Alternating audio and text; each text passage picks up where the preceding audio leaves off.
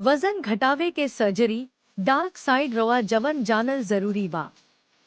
वजन घटावे के सर्जरी मोटापा से जूझत व्यक्ति खाती एगो कारगर उपकरण हो सकता, लेकिन एकरा जोखिम अवरी संभावित जटिलता के समझल बहुत जरूरी बा।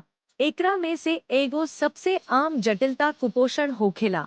सर्जरी के बाद आपके शरीर पोषक तत्व के उतना कुशलता से ना सोख सके जेतना कि पहले रहे, जवना के चलते विटामिन अवरी खनिज के कमी हो सकता।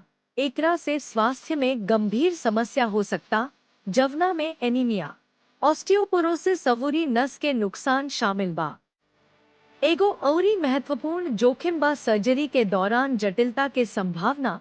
में खून बहल, संक्रमण आ चरम मामला में मौत तक शामिल हो सकेला।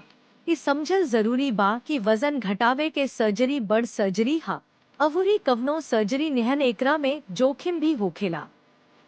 अउरी संभावित जटिलता सब में डंपिंग सिंड्रोम शामिल बा, जहां बिना पचल भोजन पाचन तंत्र के माध्यम से बहुत जल्दी चलेला, जेवना से मतली, उल्टी आ दस्त हो जाला।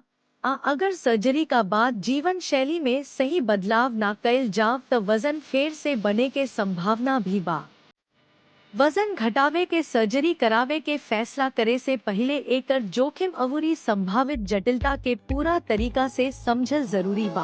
अपना डॉक्टर, पंजीकृत आहार विशेषज्ञ अवरी मानसिक स्वास्थ्य पेशेवर से बात जरूर करी कि वजन घटावे के सर्जरी आपके खाती सही बा कि ना।